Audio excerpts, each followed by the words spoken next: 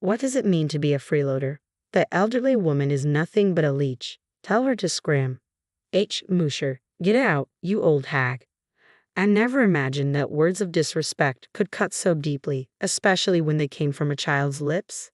This all started a few years back when my husband passed away in his early 30s. Right up until the end, he held my hand and whispered, Arya, I'm sorry. Find happiness. Sadly, achieving that happiness was a struggle. Part of the challenge stemmed from living with my mother. Around the time my husband died, my father also passed away unexpectedly. My mother, who resides in a remote area where a car is a necessity but lacks a driver's license, was worried. So, despite the longer commute to work, I opted to move in with her. In hindsight, that choice was a mistake. Initially, my mother suggested, let's cooperate and live together.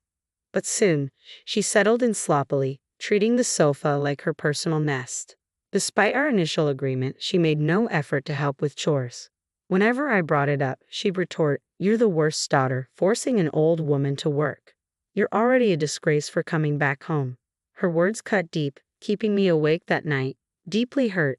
The next morning, I mustered courage and said, Mom, if you dislike having me here so much, I can leave. She glared at me, responding sharply, you know I can't manage without you for shopping. Are you trying to threaten me? No, I just thought maybe I'm making things difficult for you. Then just do your part and be useful, she grumbled, reluctantly eating the breakfast I prepared. I was at a loss, unsure of what she truly wanted. Her constant complaints wore down my spirit. The toll of the long commute and sole responsibility for household chores took a toll on my physical health. Each day after work, I tackled all the tasks she neglected before collapsing into bed. In a life devoid of personal enjoyment, my mother's criticisms became a daily burden. Just when I thought the monotonous days would stretch on forever, a sudden and significant event shook things up. My brother's family appeared at our doorstep unexpectedly. What brings you here all of a sudden? My brother, Louis, his wife, and their son rarely visited because they found the countryside dull. Confused, I looked to my sister-in-law, Alvina, who tilted her head. Did Mom tell you? Before I could respond, my mother hurried in and warmly welcomed them. She praised my brother's family for coming so well prepared. What's happening? I asked, trying to make sense of the situation. We're moving in with Louis and his family now, so Arya, you're not needed here anymore. Start packing, she declared bluntly, brushing off my shock. She ushered my brother's family inside, and they settled into the living room, lugging heavy bags with them. Almost immediately, my mom instructed me to make coffee. As I started preparing it, tears threatened to spill. It wasn't the first time I felt the sting of her unequal treatment. From childhood, she showered my brother with everything he wanted on his birthdays, while mine were marked with thoughtless gifts.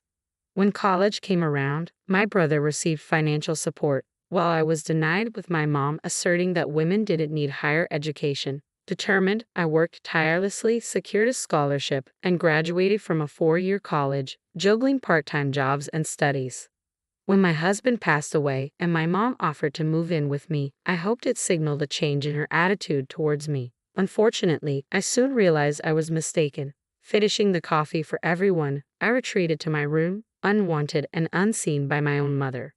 I need to start searching for a new place to live right away, I thought to myself as I prepared to leave the living room. Just then, I felt a sudden jolt in my back, causing me to stumble forward. Startled and lost in sadness, I turned to see Delano, my nephew, who had kicked me. Ouch! That hurts. You can't kick people, I told him firmly. Upon hearing my voice, Alvina, his mother, surprised me by saying, Arya, please let it go. Delano grinned mischievously and boasted, I took down the old lady. Alvina chuckled and replied, yes, you did. Confused and dismayed, I showed them my bruised knee. Isn't it basic to teach children not to kick people? I'm genuinely hurt. Why shouldn't I correct Delano? We believe in no scold parenting. We let our child explore and grow freely. Alvina interjected with clear annoyance. She then took Delano by the hand and departed, stating, there's no point in continuing this conversation. Let's go play in the living room.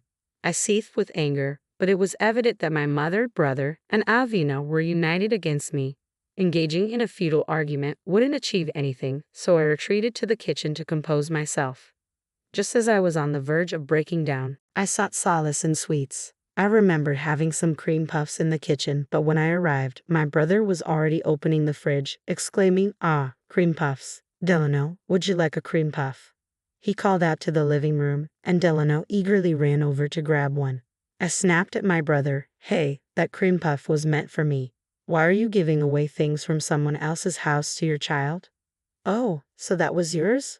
Well, the cream puff seems happier being enjoyed by a cute kid. Getting upset with a child? You're overreacting," my brother retorted casually. "I'm not upset with Delano. I'm upset with you for giving away my cream puff." My raised voice must have carried because soon both my mom and Alvina entered the kitchen.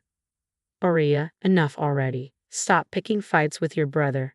Don't you have better things to do? When do you plan on leaving?" My mom interjected firmly. "Leave? You just told me to leave." "I have nowhere to go today," I shot back.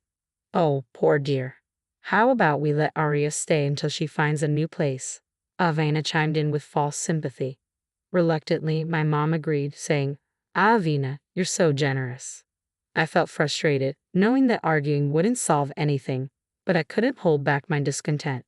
"What do you mean, support me? I contribute half of the living expenses in this house. Why am I treated like this?" I exclaimed.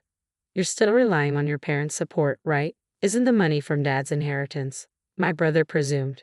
"In reality, I cover all household expenses with my own salary," I clarified. "But my brother and his wife assume I'm living off our late father and mother, so arguing seems pointless." Delano, done with his cream puff, piped up, "What does support me mean?" With a smug smile, my brother pointed at me. "It means her. She's a loser who needs support. Tell her to leave, huh? Freeloader. Get out, old lady." I never expected the sting of a child's insult to cut so deeply. My sadness quickly boiled into rage. "I'll leave as soon as I find a new place, but I'm taking everything I brought with me." "That's all right with you, isn't it, big brother?" I retorted sharply. "Sure, go ahead," he replied, his tone mocking. My anger surged to new heights. In that moment, I vowed never to forgive them. Determined, I made plans and set a swift timeline to move out. On the day of my departure, as a final gesture of respect, I surprised my mom and brother's family with a vacation. They eagerly set off, unaware of what awaited them upon their return. I completed my move, imagining their astonished faces when they discovered my absence. Leaving behind a notebook in the living room, I departed for my new home with a renewed sense of independence. The next evening, my phone rang, and I answered to a frantic call from Alvina. "Arya, what's going on? The house is empty. They must be in a panic. Everything from the fridge to the washing machine is gone." I had warned my brother that I would take everything I had bought, and I followed through. When I moved in, everything was old, so I replaced it all. My mom was aware of this. I could hear Alvina shouting at my mom, "Why didn't you stop, Arya?" My mom's feeble response came back, "I never thought she'd actually go through with it." In the background, I could hear Delano crying. They were in more chaos than I had anticipated. Arya claims she bought everything herself, but there's no proof. Didn't she use Dad's inheritance for all of it?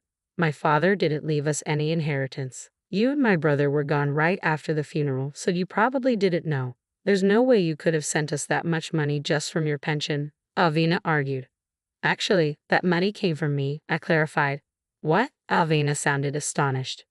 I paid for everything. Check the notebook in the living room. The notebook contained receipts for every item I had purchased for the household. Alvina looked through it, clearly confused. What does this mean? I explained. I have more financial resources than you and my brother realize. I didn't receive any help with college tuition, which was frustrating, but I used that frustration as motivation. I worked hard during my job search and eventually secured a position at a top-tier company. Accustomed to hard work, I excelled in my role and am now the only woman among my peers on a fast track to promotion. My mom and brother never seemed interested in my work, so I never bothered to tell them, Alvina explained over the phone. Both my mom and brother appeared shaken, but I felt no obligation to prolong the conversation. Feel free to live your life without the burden of supporting me, I calmly stated before hanging up. That night, I slept peacefully in a quiet home for the first time in a while. It was truly serene, free from being kicked or hit by my nephew, and without anyone urging me to leave. A few days of tranquility passed. Then, unexpectedly, my mom and brother's family discovered where I lived and showed up at my door. When I asked through the doorbell, What do you want? My brother pleaded. Please return the appliances or lend us money to buy new ones. We're at our limit. I had assumed my brother could manage, but it turned out he had quit his job when they moved here. When I returned home, I had no rent to pay. They thought they could live off my mom's pension, what they assumed was my dad's inheritance. When I laughed at their foolishness, my brother became furious and started yelling. Ignoring him, I calmly called the police. Hello, there's a commotion at my apartment entrance, and it's quite frightening. Could you send someone over? The police arrived within minutes, thanks to my proximity to a police station. The security in my new place was outstanding. Anticipating that my family might track me down, I had informed friends of my move and deliberately chosen an apartment close to a police station. I had resolved that if my mom and brother's family ever showed up, I'd immediately involve the police. As expected, they received a stern warning and left in a hurry. After the police intervention, I was confident they wouldn't bother me again. I blocked their phone numbers and email accounts, successfully severing all ties. I later heard updates about my mom and brother's family from local friends. My brother is now working part-time at a grocery store, 90 minutes away by car from our hometown. He's so inept that he gets yelled at daily. In that rural area, there are few job opportunities, so he clings to his job, constantly scolded by a younger manager.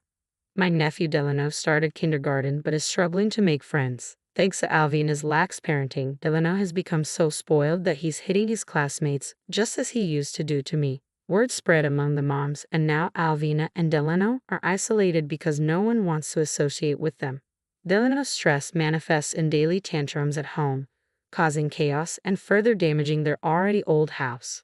Furthermore, Delano seems to have developed a deep mistrust of people. He won't even leave the house and has stopped going to kindergarten. Alvina spends her days crying, repeatedly asking, "How did it come to this?" As for me, I'm thoroughly enjoying living alone. The desire for my mother's approval vanished when I cut ties, and now I'm relishing the freedom I finally gained. My life is comfortable as I balance work and independence. Living alone can be lonely at times, but I haven't met anyone I like more than my late husband. I hope that someday I'll meet someone I can love as much as him. When that time comes, I'll be ready to start a new chapter in my life.